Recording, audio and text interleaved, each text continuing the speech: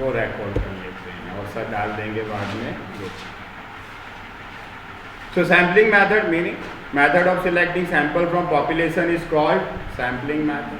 The various methods use for sampling, अलग अलग प्रकार की मेथड्स हैं, वो हमने कल थोड़ा सा देखा भी था कि सैम्पलिंग विद रिप्लेसमेंट हो सकता है, विदाउट रिप्लेसमेंट हो सकता है।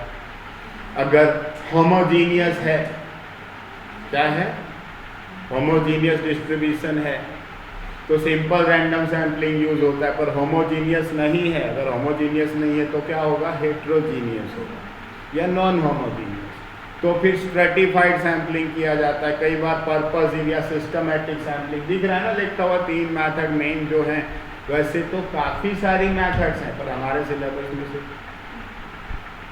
सिंपल रैंडम मास्क का ही बेटा तुम्हारा दे देंगे जो ऐसे कदर, हाँ 6 तो भी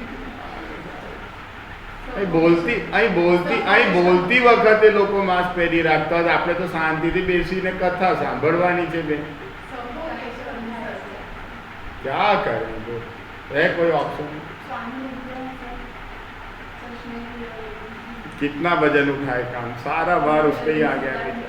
अब ऐसे पैर के रखने का कोई मीनिंग नहीं।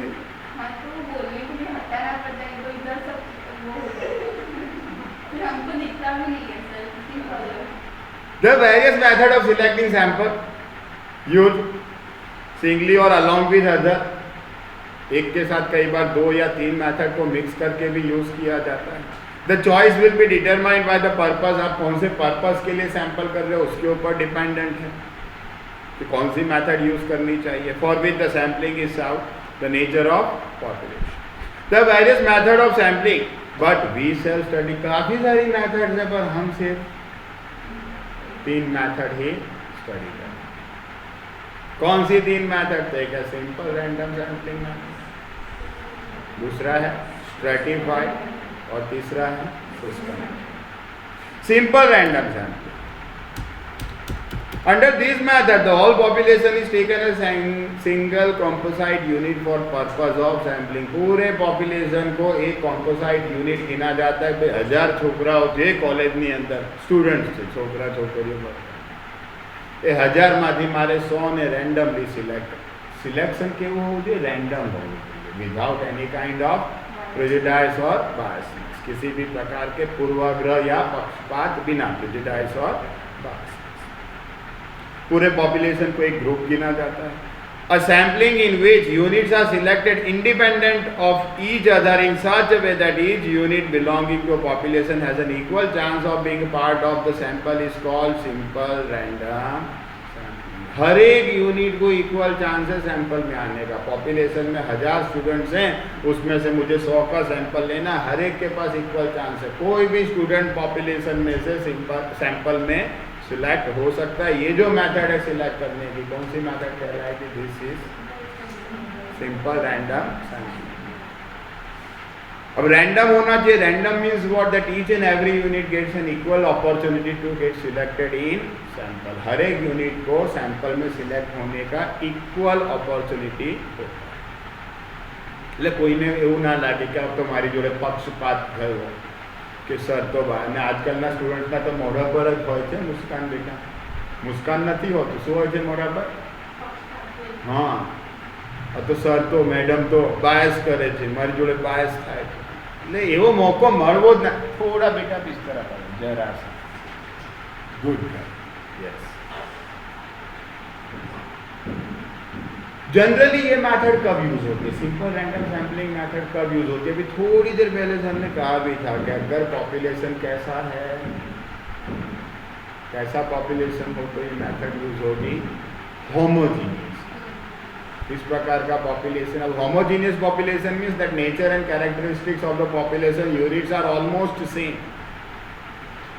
जो पॉपुलेशन यूनिट्स हैं कि 1000 स्टूडेंट्स हैं, उनको अगर मैं किसी भी स्टूडेंट को बुला के पूछूं पेला अपना मैथ्सना प्रोफेसर છે કેવું ભણાવતો, તો લગભગ બધાના આન્સર સરખા હશે। लगभग બધાના આન્સર કેવા હશે? સરખા। તો એ પોપ્યુલેશનને શું કહેવાય? फिर कल सर ने एक एग्जाम्पल में याद है क्लास लिया था कि 50 स्टूडेंट का क्लास है जिसमें से 10 एक्सट्रीम इंटेलिजेंट है और 10 बिल्कुल मेरे जैसे। स्टूडेंट लेवल की बात करते हैं। और 30 कैसे हैं एवरेज? तो वो होमोजीनियस था पॉपुलेशन या हेट्रोजीनियस? वो हेट्रोजीनियस। तो अगर पॉपुलेशन होमोजीनियस हो तो कौन सी मेथड यूज करनी चाहिए हमें? Simple random sampling method use करनी चाहिए। Simple random sampling gives reliable result if the population is fairly dash, means almost, fairly means almost homogeneous, that is population observation possess almost same characteristics. If the units are selected one by one and each unit is selected from the population after replacing the unit selected earlier, एक एक करके हम unit select करते जा रहे हैं। 7 जने बैठे थे, 7 चिट्स बनाई गई, हर एक का नाम लिखा गया, उसमें बाउल के अंदर बैल मिक्स्ड किया गया और हेताश्री को बुलाया गया, बेटा मत एक चिट्ठी काढ़ी ने। आप हेताश्री को जानते? तो हेताश्री ने एक चिट्ठी निकाली, अंदर से नाम निकला Muskan, means she is being selected. अब वो चिट्ठी वापस फोल्ड करके उस बाउल में डाल दिया गया, वेल मिक्स्ड अप किया गया वापस से। Here can Muskan be selected again? Yes और नो? मुस्कान की चीट निकली, उसका नाम एक बार सिलेक्शन में आ गया, वापस से वो चीट मैंने बाउल में डाल दिया फोल्ड करके, फिर से मिक्स करके दूसरा सिलेक्शन भी साथ में से हो गया। तो जो सिलेक्टेड अर्लियर है replaced into the population and then next draw is done. वापिस हेताश्री को कहा, बेटा फरी एक चिट्ठी काढ़ी ने हाल अंदर થી અહીંયા મુસ્કાન ફરીથી આવી શકે? યસ ઓર નો? પાછું કહેવાશે સેમ્પલિંગ વિથ રિપ્લેસમેન્ટ। પણ મુસ્કાન સિલેક્ટ થઈ ગઈ, એનું નામ લખાઈ ગયું, ચિઠ્ઠી પાડીને ફેંકી દીધી, બાકી હવે બીજું સિલેક્શન બાકીના 6 માંથી કરીશ। તો આ શું થઈ ગયું? ખ્યાલ આવી ગયું કે રીડ કરું પેરેગ્રાફ? ક્લિયર ना? जाने दो ना इसको आगे। तो ये जो मेथड सर ने समझा ना, ये लॉटरी मेथड था। कौन सा मेथड था ये? लॉटरी मतलब लॉटरी बनाया, चीट्स बनाया, उसको वेल मिक्स्ड अप किया, 7 में से 2 को सिलेक्ट करना था, वो 2 का सिलेक्शन विद भी हो सकता है और तो इसमें मेन 2 मेथड है, एक है लॉटरी मेथड, दूसरा है by using random number tables. Random number table 3 available है, देखेंगे आगे हम। पहले बात करें लॉटरी मेथड की, सबसे सिंपल मेथड है ये। अभी हमने देखा क्या करना है भाई, 7 जने 7 के नाम की चिट्ठी बना दिया, 7 जने का नंबरिंग कर दिया, first number, second number, third, fourth, fifth, six, 7 और 7 नंबर तक की चिट्स बना दी, बाउल में मिक्स्ड अप किया। किसी को बायसनेस ना लगे क्या, तो સરે જોયું તો કે આ ચિઠ્ઠી છે ને મુસ્કાનના નામની જ છે, એટલે સરે ચિઠ્ઠી ઉઠા, એવું ના થાય એટલે ચિઠ્ઠી બનાવતી વખતે જે વ્યક્તિ નતો એને બોલાવવાનું કે આમાંથી બને ત્યાં સુધી નાના બાળકને બોલાવે, માથાકૂટ જ નહીં, એને રીડિંગનો કે એવો કંઈ એટલું હાઈ અંડરસ્ટેન્ડિંગ છે નહીં, એટલે કોઈને બાયસનેસ જેવું, ये तो लॉटरी वाली है ना इसलिए सर ने इसको सिलेक्ट कर लिया, हमें अमन डे वालों को सिलेक्ट, ऐसा मौका किसी को मुस्कान मिलना नहीं। क्लियर ना? तो ये लॉटरी मेथड है, फास्ट देख लेंगे थोड़ा। This is the simplest and most popular method of drawing a random sample from population. In this method, units of population are assigned numbers 1, 2, 3, 4, 5, जितने सबको नंबर असाइन कर दिया जाता है। To identify them, small and identical slips of paper bearing each number are prepared. छोटी छोटी cheats बनाई जाएंगी। Identical slips means what? हर एक चीट का दिखाव एक जैसा होना चाहिए। પછી જાણી જોઈને મુસ્કાનના નામની ચીટ છે ને યલો કલરના પેપરમાં બનાવ્યું, બાકી બધાને રેડ કલરમાં, તો આપણ પ્રિજુડાઇઝ के बायसनेस થઈ ગઈ। ये तो जानबूझ के सर ने ना उसकी चीट है ना येलो पेपर में बनाया था, तो बच्चा अलग कलर देख के वो चीट पहले उठा लेगा। એટલે એ જે ચીટ્સ બનાવો એ પણ કેવા હોવા જોઈએ? આઈડેન્ટિકલ, જેથી કોઈને પ્રિજુડાઇઝ બાયસનેસ જેવું કંઈ લાગે નહીં। The slips are folded and mixed together in a vessel or a box or in a bowl. A blindfold selection of slips is made one by one until a sample of required size is, एक एक करके चीज draw करते जाना, और वो with भी हो सकता है और this unit bearing the numbers on the slip selected constitute a random sample of required size. In modern times some mechanical device is also available for random draw. आजकल के ज़माने में तो चिट्स बनाने की ज़रूरत ही नहीं होती है, मैकेनिकल सॉफ्टवेयर अवेलेबल है, उस सॉफ्टवेयर को यूज करके भी हम रैंडम सिलेक्शन कर सकते हैं। है कोई डाउट है बोलो इसमें? ये कौन सी मेथड हो गई? Method of. હવે રેન્ડમ નંબર ટેબલ આમાં શું થાય કે ચલો 7માંથી 2 સિલેક્ટ કરવાના છે તો આપણે 7 કીટ તો આસાનીથી બેટા બનાવી શકીએ, બહુ વાર ના જાય, લેબરસમ કે કમ્બરસમ લાગે નહીં, બોરિંગ નહીં લાગે। પણ 7000માંથી 2000 સિલેક્ટ करवाना, 7000 के पॉपुलेशन में से कितने सिलेक्ट करने हैं? 2000 पॉपुलेशन सैंपल सिलेक्ट करना। तो 7000 चीट्स बनाए, बड़ा सा कंटेनर लेके आए, उसमें वो चीट्स को वेल मिक्सड अप करें, हेताश्री को अंदर उतारे, चीट बाद में ढूंढेंगे, पहले हेताश्री को ढूंढेंगे कहाँ गुम हो गए चीट्स के बीच में। So when the population size is large, in that case the lottery method is not fruitful. In such case another method is used, is called method of random number। 3 random number table largely available हैं जो use होते हैं world wide level पे। LSC टिपेट का एक random number table है, दूसरा है फीजर एंड येट, दोनों स्टैटिस्टिशियन मैथमेटिशियन थे, उन्होंने रैंडम नंबर टेबल बनाया है। और तीसरा है random number table prepared by Rand corporation of America. ये 3 टेबल्स के नाम हमें याद रखने, पूछ सकते हैं 1-2 मार्क्स से क्वेश्चन में, give the names of various random number tables. कौन कौन से 3 टेबल हैं? तो LHC टिपेट, दूसरा है Fisher and Yates random number table, तीसरा random number table prepared by Rand corporation of. तो ये मेथड कब यूज होती है? रैंडम नंबर टेबल की मेथड कब यूज होती है? जब पॉपुलेशन साइज लार्ज हो, उस टाइम में वो चीट्स बनाना, नंबरिंग करना वो कम्बरसम लगता है, हमें प्रॉब्लम क्रिएट करता है, और ऐसा ना हो उस वजह से हमें रेडीली टेबल्स यूज करने होते हैं। व्हेन रैंडम सैंपल, वो जो नाम दिए उसके नीचे का paragraph, when random sample is to be drawn a page of booklet of random number table की बुक आती है, उस बुक के किसी भी पेज को रैंडमली सिलेक्ट किया जाता है, फिर पर्टिकुलर रोज और कॉलम में से सिलेक्शन किया जाता है। Random number table is open eight randomly, for example 50 page की बुक है, किसी भी एक पेज को रैंडमली ओपन कर लिया जाएगा। यहाँ पे क्या होता है, हर एक को खाली नंबरिंग किया जाता है, 1 नंबर 2 नंबर 3 नंबर, इस तरह से 7000 तक नंबर्स हमने नंबर्स लिखने की या चीट्स बनाने की ज़रूरत। फिर रैंडम नंबर टेबल की बुक का किसी भी रैंडमली कोई भी एक पेज खोला जाएगा, उसके रोज या कॉलम में से सिलेक्शन किया जाएगा। देखेंगे हम अभी किस तरह से सिलेक्शन होता है। Random sample is to be drawn a page of a booklet of random number table is open at random, वो बुकलेट का पेज भी कैसे रैंडम लेके, कोई भी जो पेज खुले वो इज रैंडमली, एंड रो और कॉलम आइदर रो और कॉलम रैंडमली सिलेक्ट किया जाता है। Random number appearing in order in the selected row और column are taken as unit according to size of population. Tippett's random number table is commonly, ये 3 जो tables दिए हुए हैं इसमें से ज़्यादातर कौन सा टेबल यूज होता है? हाँ, हूँ तमने कॉल बैक करूँ थोड़ी बार। हाँ, ज़्यादातर कौन सा टेबल यूज़ होता है इसमें से?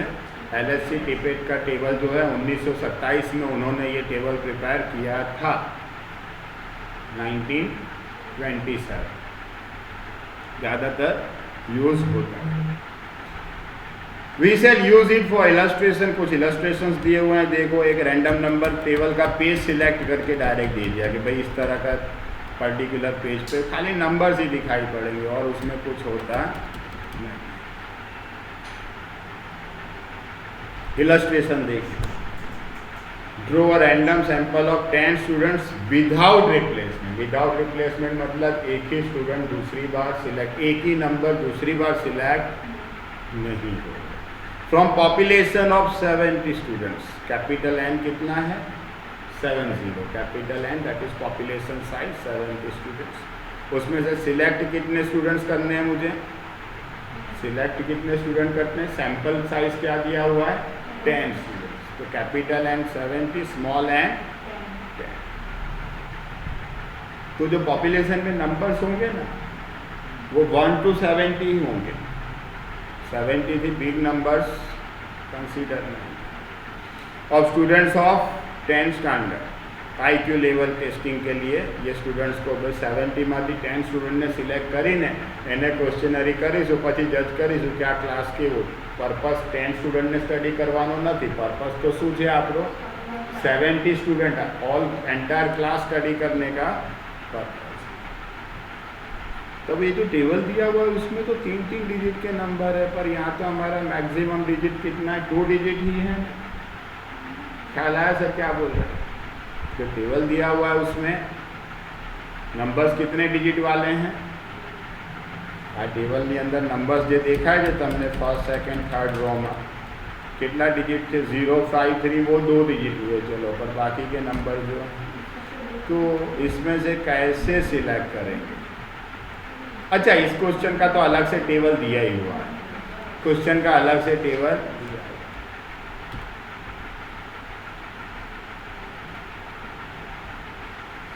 અને એનો આ આન્સરિંગ ટેબલ છે। આ જે ટેબલ આપેલો છે કયો ટેબલ છે? આન્સરિંગ ટેબल।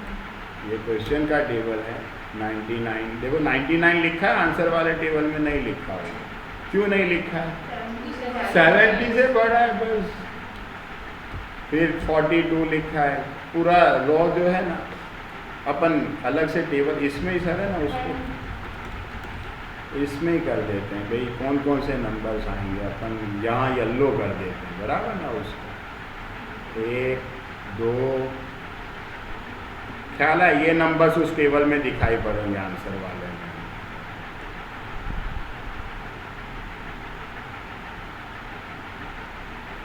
देखा है ने જોઈ લેજો, એની અંદર તમને આ નંબર્સ દેખાશે। પાછું રિપીટ ના થવું જોઈએ। ફેન ઓફ करना है बेटा।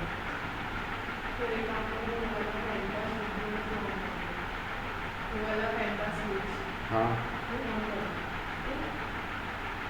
क्या करना है उसको? कुछ नहीं करना। चलो ख्याल आ जाए, ये तो ख्याल आ जाए। तो पहले तो क्या है कि जो नंबर 70 से स्मॉल है ना वो वाले, और बिना रिपीटेशन। अगर कोई नंबर रिपीट हो रहा है तो वो भी नहीं लिखना है वापस। फॉर एग्जाम्पल ये 28 आ गया तो यहाँ पे 28 नहीं आया होगा वापस, देखो ख्याल है। एक बार 28 आ गया ये वाली लाइन में, तो इस लाइन में यहाँ 28 था पर उसको नहीं लिखा। क्यों नहीं लिखा? विदाउट, अगर विद रिप्लेसमेंट होता तो वो भी लिखते। अब ये हो गया, उसके बाद हमें क्या करना है? नंबर सिलेक्ट कर लेने, उठा लेने। 10 बच्चों को सिलेक्ट करना है। ये 10 बच्चे सिलेक्ट हुए। कैसे सिलेक्ट हुए? ये वाले 10 34 25 कई रीते सिलेक्ट था यहाँ से। जो 10 लेवाना थे 34 25 सिलेक्ट करते टाइम पहले तो अपन ने क्या है कॉलम वाइज लिया बिना रिपीटेशन। फिर सिलेक्शन कैसे किया? Row wise. उसमें से 10 उठाने 4 5 6 7 8 9 10 ये नंबर वाले स्टूडेंट सिलेक्ट हो। ख्याल आएगी स्टूडेंट? पहला कॉलम वाइज 70 बिलोना नंबर्स लख्या विदाउट। आम जो विथ रिप्लेसमेंट क्यू हो तो पछी एने रिप्लेस एटले फरी रिपीट थतो होय तो पण लखवा। फिर सिलेक्शन कैसे किया अपन ने उसमें से? ख्याल आ गया ना? इलस्ट्रेशन बन सकते આપણે આવું બધું નહીં। આન્સર ખાલી આટલો જ છે આપણો આન્સર આ છે બસ। क्या 10 સિલેક્ટ થશે? પેલું ટેબલ આખું બનાવવાની જરૂરત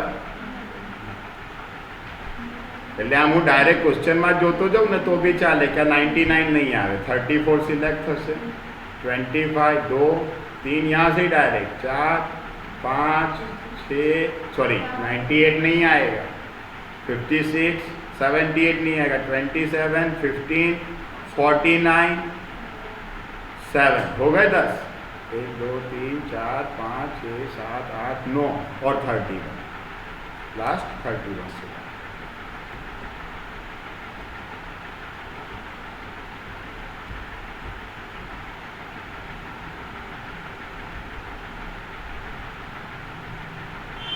હવે એવું જરૂરી નહીં હા કે ઉમાવતીએ રેન્ડમ નંબર 10 સિલેક્ટ કર્યા, એ वंशिकाए सिलेक्ट કર્યા, બંને સરખા જ હોવા જોઈએ. यहाँ आंसर में क्या किया, पहले कॉलम लिया फिर रॉ किया. मेरी इच्छा, मैंने पहले रॉ लिया फिर उसका, तो अलग अलग पर्सन को अलग अलग सिलेक्शन मिल सकता है. देखो नोट में लिखा हुआ है, selection of random number from random number table can be from any row और कॉलम. अमुक ने भी इच्छा था कि भाई फर्स्ट 2 रो में सिलेक्ट नहीं करी, तो पहला 2 रो, यहाँ पे देखो 3 नंबर के रो से दिया हुआ था, मतलब फर्स्ट सेकंड रो को कैंसिल किया गया.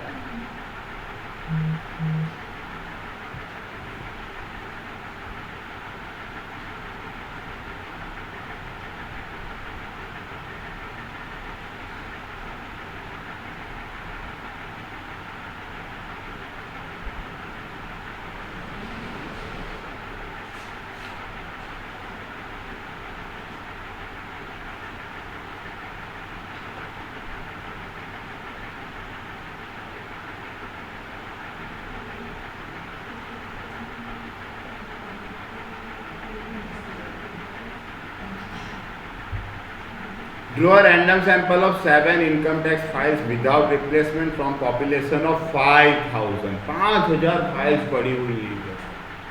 इनकम टैक्स वाले जब रेट करते हैं कहीं पे, देखा 5,000 फाइल है, तो एक एक फाइल चेक करेंगे. शुरू में तो क्या करेंगे, वो कोई भी रैंडमली फाइल उठा लेंगे, कोई भी 7 फाइल उठा लेंगे, उसको चेक किया. अगर उसमें डाउट मिला ना, तो फिर बारी बारी से हर एक फाइल की इंक्वायरी पर. 7 फाइल उठाई, एक भी डाउट नहीं मिला, मतलब मान लेंगे हाँ यहाँ બધું बराबर. क्लास चालू थे.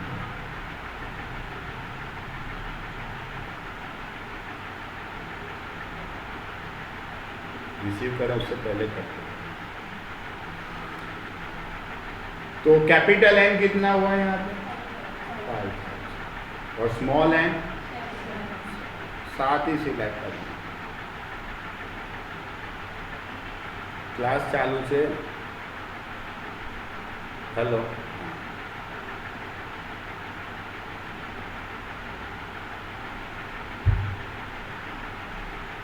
अब रैंडम नंबर टेबल जो दिया हुआ है ना, अगर आप उसको देखोगे तो 3 डिजिट तक का ही दिया हुआ है. 3 डिजिट तक का अगर रैंडम नंबर टेबल है तो मैक्सिमम नंबर आप 999 सिलेक्ट कर सकते हो. इससे बड़ा नंबर तो सिलेक्ट, इसका मतलब ये तो सिलेक्शन 999 में से होगा. ये 5000 में से, 5000 में से सिलेक्शन कब गिना जाएगा कि फर्स्ट डिजिट जो है वो मैक्सिमम 4 या लास्ट 5000 इटसेल्फ. तो पहले उसको 4 डिजिट के नंबर्स बनाने पड़ेंगे. तो 3 डिजिट वाले को 4 डिजिट में कैसे कन्वर्ट किया, दिखाई पड़ रहा है सबको. क्या किया, पहले कॉलम का 3 डिजिट ले लिया और दूसरे कॉलम में से 5 डिजिट उठाया. तो फर्स्ट सिलेक्शन कौन सा हो जाएगा, 532. फिर 6674 आएगा, वो 5000 से बड़ा. अच्छा, विद है विदाउट है वो भी देख लेने का. विदाउट है मतलब एक ही नंबर दूसरी बार रिप्लेस. 9923 नहीं आएगा. 42 सेकेंड ये सिलेक्ट होगा, ये थर्ड सिलेक्ट हुआ, 4th 5th 6th અને 7 થઈ ગયા. 7 નંબર સિલેક્ટ. જો આ આન્સરની અંદર એ નંબર્સ લખેલા હશે. ये आंसर है अपना. ख्याल आ गया कैसे किया सिलेक्ट.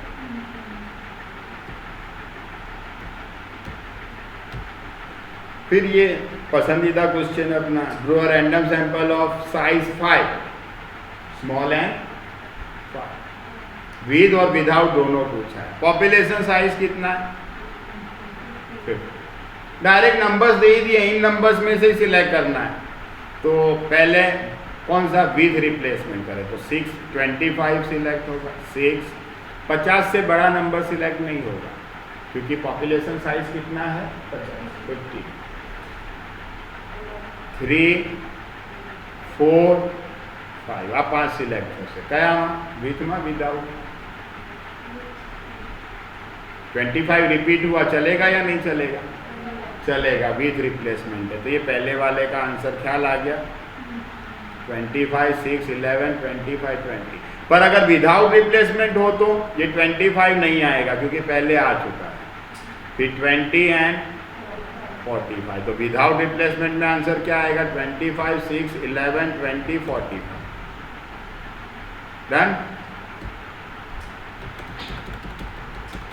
फटाफट देख लें इस मेथड के advantages, limitations. There is no scope of, शुरुआत से डिस्कस करें, कोई ने खोटू नहीं लागे, એવું કોઈ જ નહીં કે આ તો રોટરી ની છે ને એટલે સિલેક્ટ થયું। બધાની સામે ચીટ્સ બનાવીને બાઉલમાં મૂકવામાં આવ્યા છે, ચીટ્સ મેં જાતે નથી ડ્રો કર્યું, એના માટે આપણે કોને બોલાવ્યો હતો, ખ્યાલ આવી ગયો, ફાસ્ટમાં कोई प्रॉब्लम नहीं। रैंडम सिलेक्शन होता है और रैंडम सैंपल जो है generally representative unit of population होता है। ये भी कल हमने बात की थी कि अच्छा सैंपल कब कहलाता है, it must be representative population. Population में जो नेचर कैरेक्टरिस्टिक्स है वही नेचर कैरेक्टरिस्टिक्स किसमें होने चाहिए, सैंपल। तो यहाँ रैंडम सैंपल है तो पॉपुलेशन रिप्रेजेंटेटिव होने के चांसेस हाई रहते हैं। Third, reliable information can be obtain with the less cost, time and labour. कम समय, खर्च और शक्ति में हमें रिलायबल इंफॉर्मेशन मिल सकती है। फर्स्ट पॉइंट क्या है, कोई prejudice, biasness. Second, random sample है जो रिप्रेजेंटेटिव होता है पॉपुलेशन का। तीसरा, कम समय, कम खर्च और कम लेबर में हमें एक अच्छी खासी इंफॉर्मेशन। अब आना limitation, it requires complete list of unit of population. 7000 में से मुझे 1000 सिलेक्ट करना है तो लिस्ट कितने का चाहिए, 1000 का या 7000 का, 7000 का। वो 7000 देने का नंबरिंग करेंगे और बिचारे रैंडम नंबर टेबल यूज करें। तो कंप्लीट लिस्ट चाहिए तभी सैम्पलिंग डिजाइन हो सकता है। सेकंड, अगर साइज ऑफ पॉपुलेशन लार्ज है तो टेडियस जो कंटाळाजनक लागे, आज 7000 में 2000 सिलेक्ट कर, रैंडम नंबर टेबल यूज करवामां भी तकलीफ पड़े नहीं। और वापस क्या है कि ऐसा नहीं है कि मैंने सैंपल ड्रॉ किया और आपने ड्रॉ किया तो सेम ही आएगा, वो सैंपल अलग अलग पर्सन के केस में अलग अलग। तो वापस के भाई पेला तो आ रीते कर्युं हतुं ने એટલે મારું સિલેક્શન ના થયું, પેલાનું થઈ ગયું, અહીંયા પાછો મોકો મળે કેવા। तो टेडियस या टाइम कंज्यूमिंग हो जाएगा कब, जब पॉपुलेशन साइज कैसी है, large. Third, the sample will not be representative sample if sample, अगर सैंपल साइज आप एकदम स्मॉल रखो, ख्याल है 50 स्टूडेंट थे, 50 में से अपन 2 स्टूडेंट को ही सिलेक्ट कर, जब 2 स्टूडेंट सिलेक्ट हुए ना, एक एक्सट्रीम इंटेलिजेंट सिलेक्ट हुआ और दूसरा एवरेज वाला, तो अपन ने जज किया इस पर से कि ये क्लास के अंदर तो एवरेज है या अच्छे स्टूडेंट है, कोई बिल्कुल मुकेश सर जैसे स्टूडेंट्स। तो सैंपल साइज अगर स्मॉल रखोगे तो एस्टिमेशन रॉन्ग होने के चांसेस ज़्यादा है। So these are its limitations. Stratified random sampling की ज़रूरत पड़ती है जब इंफॉर्मेशन कैसी है, वो 10, 30 और 10 वाली जो इंफॉर्मेशन हमने ली। कॉलेज के स्टूडेंट्स हैं, हम जानना चाहते हैं कि अलग अलग सेमिस्टर के प्रोफेसर किस तरह से पढ़ाते हैं, तो उसको 6 स्ट्रेटम में डिवाइड करना पड़ेगा कॉलेज को। स्ट्रेटम मतलब ग्रुप, स्ट्रेटम या स्ट्रेटा, व्हाट इट मीन्स, केम 6 में डिवाइड करना पड़से, 6 में। कॉलेज में कितने ईयर होते हैं मालूम है, जनरली कॉलेज की बात करें तो ग्रेजुएशन कितने ईयर का कोर्स है, 3 इयर्स का कोर्स है, और उसमें एक ईयर में 2 सेमेस्टर होता है, मतलब 6 सेमेस्टर में, क्योंकि हर एक सेमेस्टर के सब्जेक्ट अलग अलग होते हैं। कुछ प्रोफेसर जो 5th सेमेस्टर में पढ़ा रहे वो शायद 6th में ना पढ़ाते हो, 6th वाला 7th तो होते ही नहीं, वो 4th में ना पढ़ाता। એટલે જો તમે એને સ્ટ્રેટામાં ડિવાઈડ નહીં કરો ને તો અમુક પ્રોફેસરની ઇન્ફોર્મેશન રહી જશે, તમને બધા પ્રોફેસરની ઇન્ફોર્મેશન મળી શકે। तो पहले तो क्या है कि ये जो पॉपुलेशन है ना, ये कैसा है, होमोजीनियस है या हाइड्रोजीनियस है, तो ये पॉपुलेशन का सब डिवीजन किया जाता है। इस तरह से सब डिवीजन किया जाता है कि एक्सटर्नली वो हेट्रोजीनियस रहे और इंटरनली होमोजीनियस। बड़ी खबर शू खबर મને ખબર ના પડી તમને શું સમજાયું બોલો મને સમજાવો બેટા શું ખબર પડી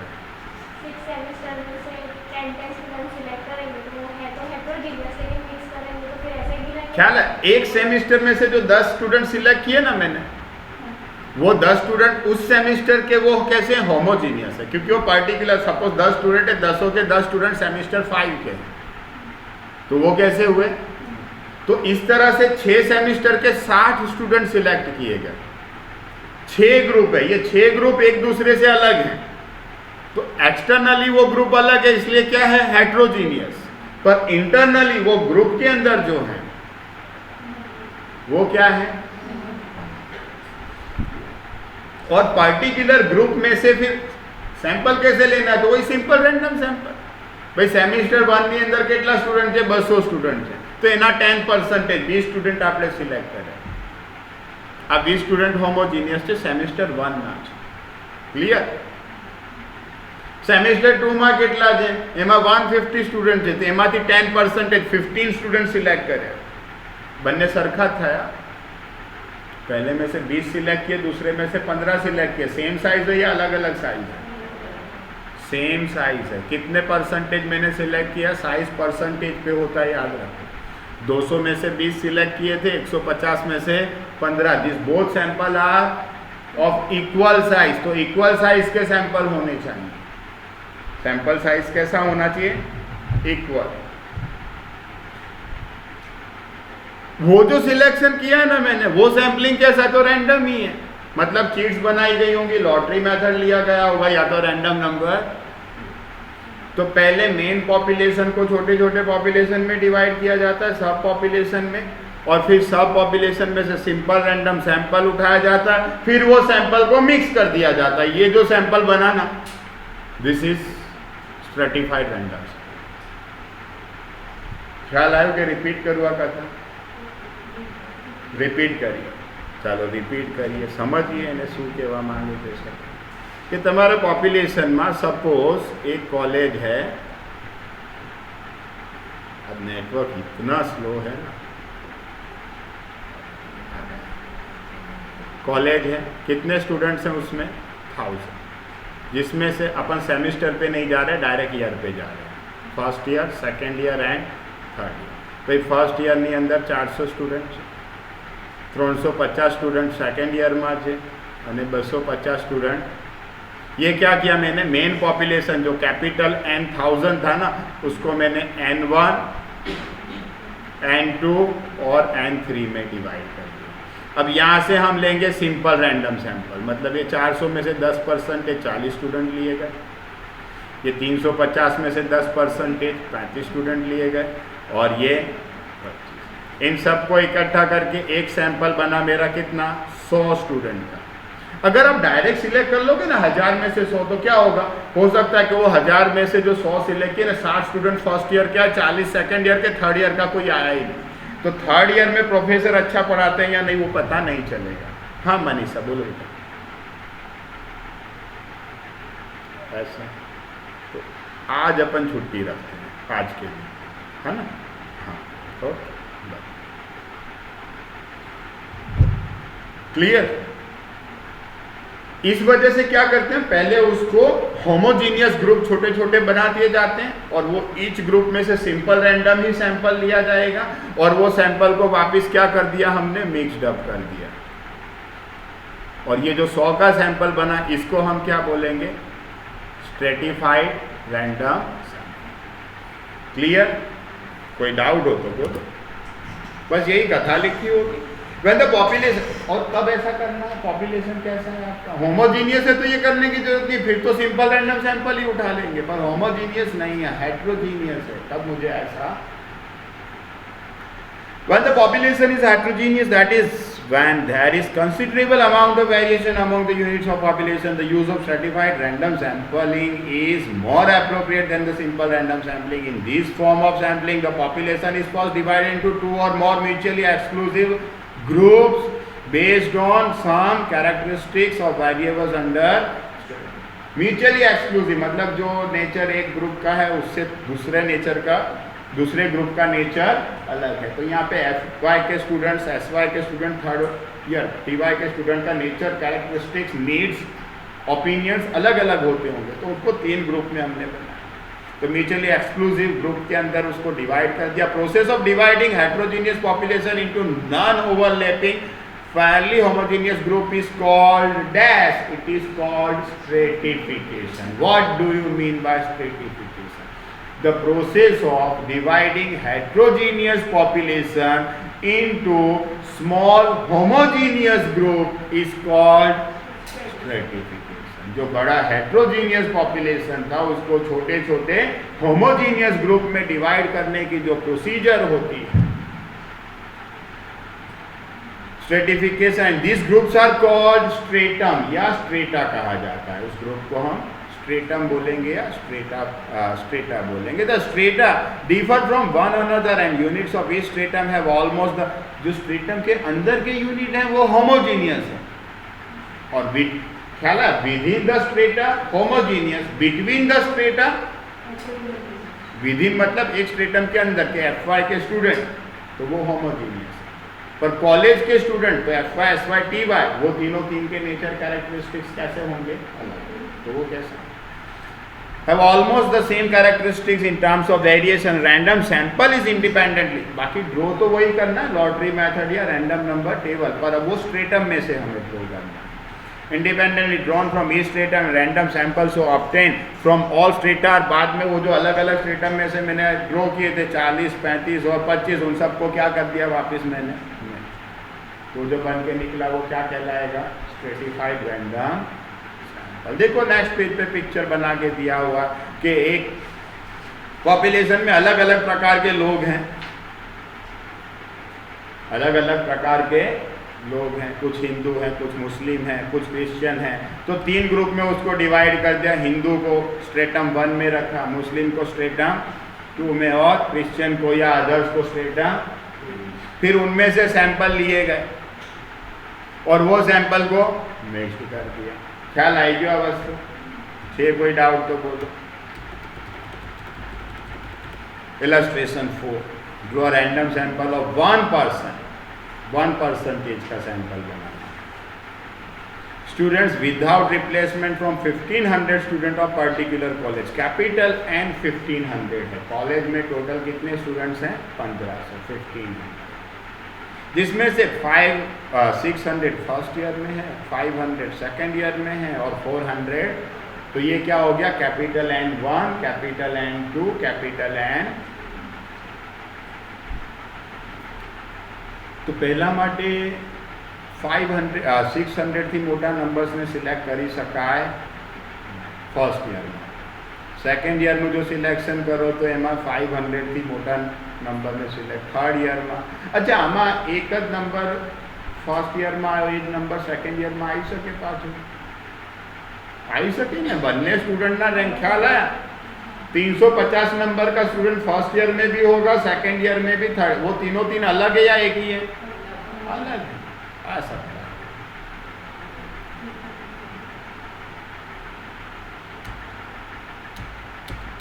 नंबर्स दे दिए गए हैं already. 400 students of third year class in college, use the following 43 digit random numbers. तो कितने 1% करना है, तो 600 का 1% कितना होगा, 600 का 1%, 1 0 उड़ाइए तो 10%, 2 0 उड़ाई दीजिए तो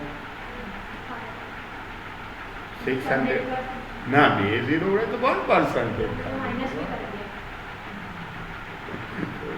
मतलब 600 में से 6 सिलेक्ट करने, 500 में से 5 और 400 में से 4। ये अलग अलग साइज हुआ या इक्वल साइज हुआ? भाई पहला एफ वाई माथी सर 6 ने सिलेक्ट કર્યા હતા, એસ વાય માંથી 5 ને ટી વાય માંથી 4, આ તો પ્રેજુડાઇઝ બાયસ કે ના, એવું કઈ ના, इक्वल साइज કેવા, प्रोपोर्शनेटली सेम है। प्रोपोर्शनेटली क्या है वो सेम, 600 में से 6, 500 में से 5 और 400 में से 4। तो टोटल हमें कितने स्टूडेंट सिलेक्ट करने, 15 स्टूडेंट सिलेक्ट करने। 15 स्टूडेंट सिलेक्ट करने हैं। अब वो टोटल नंबर्स कितने दिए हुए हैं देखो, तो नंबर्स टोटल कितने दिए हुए हैं हमें। यूज फर्स्ट, ये क्वेश्चन में कहा हुआ use first 14 numbers for F Y, next 14 numbers for S Y, और बाकी के जो बच गए ना वो टी वाई के लिए यूज करना। मतलब फर्स्ट लाइन में से एफ वाई सिलेक्ट करना है, 14 ही है ना फर्स्ट लाइन में देखो, तो 1 2 3 4 5 6 7 8 तो 158 सिलेक्ट हो जाएगा, 92 नंबर सिलेक्ट हो गया, 411 सिलेक्ट हो गया, 9 नंबर सिलेक्ट हो गया, 550 हो गया सिलेक्ट, और 359 हो गए 6 स्टूडेंट। क्लियर? आज 6 સિલેક્ટ થઈ ગયા એફ વાય માંથી, પછી 5 સિલેક્ટ એસ વાય માંથી કરવાનું છે, તો 19 નંબર થશે સિલેક્ટ, सॉरी 384 भी होगा ना, 500 है, 384 19 390 299 ये 5 होगा एस वाई में।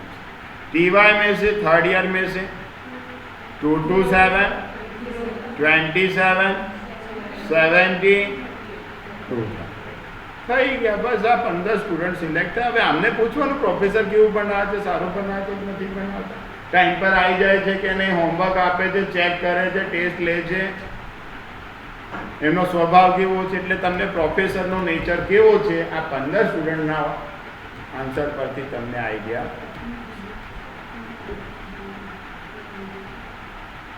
ये इतने से आंसर के लिए कितनी बड़ी बड़ी कथा लिख के दी गई है। Illustration 5 for studying uses of mobile phones, randomly selected 7 person without replacement from 30 boys and 20 girls। 7 जने को सिलेक्ट करना, 30 बॉयज हैं 20 गर्ल्स हैं, उसमें से capital N1 30 N2 there should be 3 boys and 4 girls। 3 boy को सिलेक्ट करना, कौन से 3 बॉय को, विदाउट रिप्लेसमेंट का ही हुआ है, तो एक ही 18 नंबर आ जाएगा, 20 नंबर आ जाएगा, 11 नंबर आ जाएगा, हो गए 3 बॉयज। बॉयज માટે રેન્ડમ નંબર આપી દીધા છે। 4 गर्ल्स ने આ ખરેખર પ્રિજુડાઇઝ કહેવાય। एक ये आ जाएगा, 34 नहीं आ, 30 છે ને कैपिटल, 20 है मैक्सिमम 20 है, 1 2 3 और 4 જોઈ લો આન્સરમાં હશે। બોયઝ કયા કયા સિલેક્ટ થયા, 18 20 11, गर्ल्स કઈ સિલેક્ટ થશે, 4 13 11 અને પતી ગયો આન્સર। બોરિંગ લાગે છે, કઈ વાંધો नहीं। एडवांटेजेस एंड डिसएडवांटेजेस, इस मेथड की एडवांटेजेस क्या है, तो this method simple sample is selected from each stratum, जो एक बढ़िया रिप्रेजेंटेटिव होगा, क्योंकि अगर आप डायरेक्ट सिलेक्ट करने गए ना सैंपल तो रिप्रेजेंटेटिव शायद ना मिले, क्योंकि पॉपुलेशन कैसा था यहाँ पे, कैसा था पॉपुलेशन यहाँ पे बेटा, होमोजीनियस था हेट्रोजीनियस था, तो इसमें से डायरेक्ट नहीं सिलेक्ट, क्योंकि अगर डायरेक्ट सिलेक्ट किया, वो मैंने कहा ना कि जो मैंने 100 सिलेक्ट किए 1000 में से, शायद वो एफ वाई और एस वाई क्या है, टी वाई वाले नहीं है, तो रिप्रेजेंटेटिव नहीं गिना जाएगा। पर यहाँ पे हम पहले उसको ग्रुपिंग कर देते फिर, तो ये वेल रिप्रेजेंटेटिव है। Generally stratified sampling provides estimate with increase, simple random से थोड़ा ज़्यादा एक्यूरेसी इस मेथड में रहता है। This method enable maintain pre determined level, accuracy level high रहेगा यहाँ पे। Administrative convenience increase in this method, administration थोड़ा इजी रहेगा, क्योंकि वो सिंपल रैंडम में क्या होता है, सीधे बड़े पॉपुलेशन में से बल्क सिलेक्ट किया जाता है। यहाँ तो बड़े पॉपुलेशन को पहले छोटे छोटे ग्रुप में हमने, और वर्क डिस्ट्रीब्यूशन का भी बेनिफिट मिल सकता है कि चल तारे છે स्ट्रेटम 1 માંથી काम करवाएं છે, तारे स्ट्रेटम 2 में, तारे स्ट्रेटम, तो वर्क डिवीजन ऑफ लेबर का भी बेनिफिट इसमें, वो भी एक लिख सकते हैं। एज आई गए 5.8 છે, जो separate enumerator can be appointed to select the samples from different strata, कि भाई तुझे FY BCom की इंफॉर्मेशन लेके आना है, तुझको SY की, तो वर्क डिवीजन ऑफ लेबर जो बोलते हैं वो। But it has some limitations also. At times it is difficult task to divide population into homogeneous, तो भाई मैंने उसको FY SY TY में तो डिवाइड कर दिया, पर कई बार ऐसा भी होता है कि जिस प्रोफेसर के बारे में बॉयज़ का बहुत बढ़िया ओपिनियन है, हो सकता है कि गर्ल स्टूडेंट का ओपिनियन उसके बारे में बहुत કે સર આ પ્રોફેસર તો બહુ સારા છે, અમારી જોડે બહુ ફ્રેન્ડલી છે, तो गर्ल्स के जी ना सर આ प्रोफेसर तो बहुत लुच्चा है, हमने तो जरा भी नहीं। मतलब वापस उस स्ट्रेटा को भी मुझे शायद जेंडर के हिसाब से भी डिवाइड करना पड़े, मेल स्टूडेंट एंड, तो स्ट्रेटा डिवीजन का काम डिफिकल्ट है कि आप उसको प्योरली नहीं बोल सकते सर FYB को मतलब nature and characteristic same, it is almost same but not totally same. एक ही प्रोफेसर के बारे में अलग अलग स्टूडेंट का ओपिनियन अलग अलग, एक ही सब्जेक्ट के FYB कॉम में सपोज कॉर्पोरेट अकाउंट्स है, एक स्टूडेंट को पूछ, अब हमें ना उसके सिलेबस के बारे में इंफॉर्मेशन अगर गैदर करना है, प्रोफेसर के बारे में कि भाई तने कયું सब्जेक्ट गमे છે, કયું સબ્જેક્ટ ઇન્ટરેસ્ટિંગ છે, કયું સબ્જેક્ટ FY માં હોવું જોઈએ, અથવા तो एक स्टूडेंट से पूछा भाई कॉर्पोरेट अकाउंट तने केवुं लागे छे, सर बहुत मजा आवे छे, हाईली स्कोरिंग सब्जेक्ट है, बीजो सर कंटाळा आवे छे, फाइनेंशियल स्टेटमेंट बनाई थाकी जाइए छे, 5-5 6-6 पेजना आंसर होय छे। अब स्टूडेंट दोनों कहाँ के हैं, दोनों स्टूडेंट हैं कहाँ के, फर्स्ट ईयर बीकॉम, पर ओपिनियन तो वो इंटरेस्ट के मैटर पे चला जाता है। तो स्ट्रेटा किस तरह से डिवाइड करें भाई, स्टैंडर्ड वाइज डिवाइड करें, मतलब ईयर वाइज डिवाइड करें या जेंडर वाइज डिवाइड करें। अगेन थियोरी सब्जेक्ट, अगर हम बात करें और practical subject, rural and urban, just try to understand. Urban area में आप अगर इंक्वायरी करोगे कि थियोरी और प्रैक्टिकल में से कौन सा पसंद है, तो ज़्यादातर अर्बन स्टूडेंट बोलेंगे मुझे प्रैक्टिकल सब्जेक्ट अकाउंट्स है, स्टैटिस्टिक्स है, ये पसंद है। वही रूरल एरिया में आप पूछोगे ना तो वो बोलेंगे सर थियोरी सब्जेक्ट सारा हो जाए, प्रैक्टिकल में तो शू है कि अमारे कंपलसरी कोचिंग लेवू पड़े, ध्यान वधारे थियोरी में तो कहीं भी चाली जाए। ख्याल है होता है ना सेकेंड स्टैंडर्ड में थियोरी पेपर के अंदर गप्पे तो मारे ही होंगे हमने, है ना, मारे नहीं मारे, मैंने भी बहुत गप्पे मारे थे 10th के पेपर में, मेरा भी एग्ज़ाम था ना, मालूम है ना मुस्कान आपको, मैंने भी अभी एग्ज़ाम दी आप लोगों के साथ 10th स्टैंडर्ड की, अभी पिछले साल ही 2020 में, मार्च 2020 में देखा था ना, रिसिप्ट देखा था ना आपने सर का, मेरी इच्छा नहीं अब मुझको कहाँ जॉब करनी है बेटा, सर के बाल झड़ गए, सफ़ेद हो गए, अब क्या जॉब करके क्या करेंगे, जो कर रहे हैं वही करें, बहुत बेहतर है। बस ऐसे इच्छा हो गई कि लाओ एग्ज़ाम दे देते हैं, एक आध एग्ज़ाम दे के तो देखें हम कितने पाएंगे। तो इतना सारा लिखा था, 80 मार्क्स आ गए थे मेरे को, पूरा आधा घंटा पढ़ाई किया था मैंने, लगभग मैंने पौने दस के आसपास बुक लेके बैठा था, 10:15 तक पढ़ाई, 10:30 बजे एंट्री लास्ट था, उसके बाद फिर एंट्री नहीं दी थी। वापिस आ जाए तो उसको अर्बन एरिया रूरल एरिया में भी वापस डिवाइड करना पड़े भाई, क्योंकि अर्बन स्टूडेंट जो होते हैं उनके ओपिनियन अलग होते हैं, और रूरल एरिया के जो स्टूडेंट्स हैं उनके ओपिनियन सब्जेक्ट रिलेटेड अलग है। So it depends upon, again particular professor ने तमे रिलीजन वाइज पण, कि एक प्रोफेसर है वो हिंदू है, उसको हिंदू स्टूडेंट ज़्यादा पसंद करते हैं, मुस्लिम है उसको Muslim student, so these are the, so dividing population into strata of that having homogeneous nature is a difficult, if stratification, अगर strata आपने प्रॉपर डिवाइड नहीं किया तो रिजल्ट में एक्यूरेसी नहीं रहेगी, सेकंड प्रॉब्लम वो आएगा।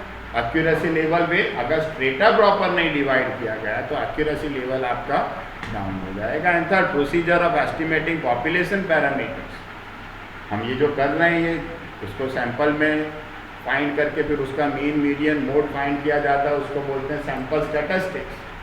पर पर्पस हमारा सैंपल स्टडी करना नहीं है, हम उसके ऊपर से सैंपल स्टैटिस्टिक्स पे से क्या करते हैं, पॉपुलेशन को इन्फ्रेंस करते हैं। इन्फ्रेंस करना मतलब एस्टिमेट करना। So procedure of estimating population parameters in this method is more complicated as compare to simple random में आप आसानी से एस्टिमेट कर सकते हो, स्ट्रेटिफाइड में उसका एस्टिमेशन थोड़ा ज़्यादा कॉम्प्लिकेटेड रहता है। लास्ट मेथड रह गई है पर उसको हम कर देखेंगे। यहाँ पे हम